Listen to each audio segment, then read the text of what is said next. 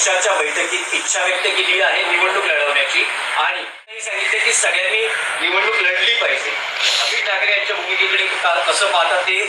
विधिमंडळ राजकारणात येऊ पाहतात, निवडणूक लढवू पाहतात. पहा, लोकशाही आहे, त्यांचा एक राजकीय पक्ष आहे आणि त्या पक्षाचे अध्यक्ष त्यांचे वडील आहेत. त्यांच्या पक्षानं जर निर्णय घेतला असेल निवडणुका लढायच्या आहेत तर त्या निर्णयावर मी कशाकरता व्यक्त व्हायचं? अमित ठाकरे एक तरुण नेते आहेत, त्या पक्षाचे ते प्रमुख नेते आहेत आणि त्यांना निवडणूक लढण्याचा पूर्ण अधिकार आहे आणि त्यांच्या पक्षाचा जो निर्णय असेल किंवा त्यांच्या कुटुंबाचा निर्णय असेल तर आम्ही त्याच्याकडे पाहताना म्हणू की एक तरुण मुलगा. आदित्य ठाकरेंनी जेव्हा निवडणूक लढवली त्यावेळेस वरळीमध्ये सर्वच राजकीय पक्ष विशेषतः मनसेनंही सहकार्य केलं होतं, त्या मतदारसंघात उमेदवार दिला नाही.